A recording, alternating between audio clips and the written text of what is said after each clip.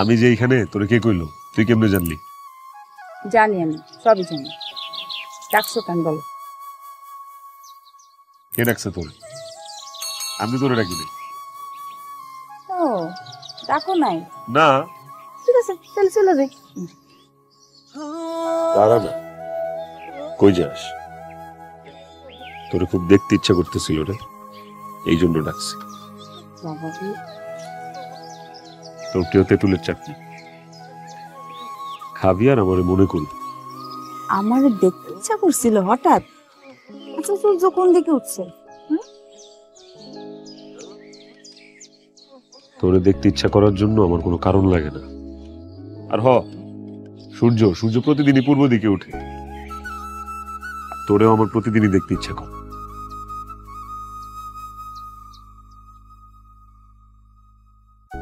পারুল, তুই কি আমারে সত্যি ভালোবাসোস?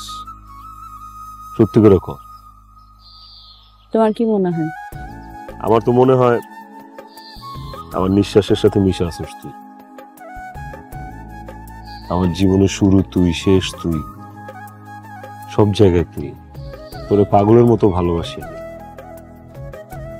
আমার কাছে মনে হয় আমি সেই ভাগ্যবান পুরুষ যে কিনা তার ভালোবাসার বিনিময়ে তার প্রেয়সীর ভালোবাসা পায়। কিন্তু ঝামেলা আরেক জায়গায়, কপাল।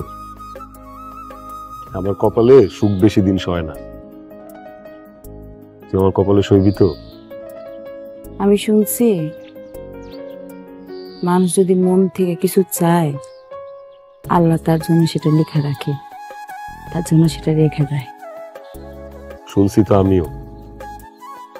শোন, তুই আমার লগে থাকলে আমি জীবনে সব করতে পারবো, সব। তুমি আমাকে সারা জীবন এমনি ভালোবাসবে তো? এমনি পাশে রাখবে তো? সারা জীবন, সব সময়, সবক্ষণ ছায়ার মতো থাকুন তোর লগে আমি। ভালোবাসি তোরে, পাগলের মতো ভালোবাসি।